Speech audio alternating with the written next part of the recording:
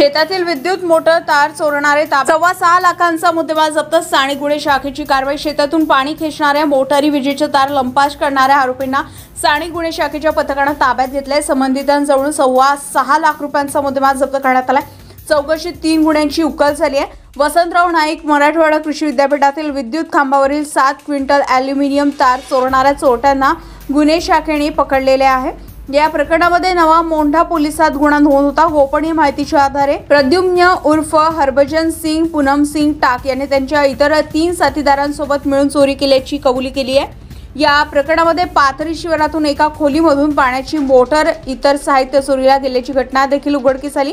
नवा मोंढा पोलीस ठाण्यातील 1 आणि पाथरी पोलीस ठाण्यातील 2 गुन्ह्याची उकल झाली आहे। चोरीचा मुद्देमाल शेख शाकेर शेख हुसेन याला विकल्याची माहिती चोरट्यांनी दिली।